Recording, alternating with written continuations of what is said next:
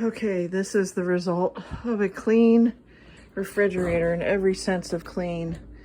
So every single shelf liner, black lining around the door, every shelf, glass shelf was pulled out, the walls were wiped down. This is like a brand new refrigerator.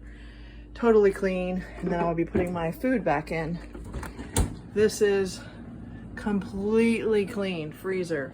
Every shelf pulled out, every shelf scrubbed, okay? And even the ice maker completely cleaned. Every bit of goop that was in that ice maker, cleaned out all the ice, removed in the sink, okay? Every single aspect of this refrigerator and this freezer is a result of a couple hours of work, okay? Scrubbing to get it to this clean. This is a Kasherized using a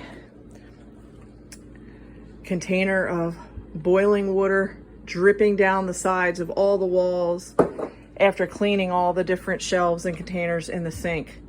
So that is called a brand new clean refrigerator. Every bit of this, the drip pan, everything has been cleaned. So that is what you do to clean your refrigerator.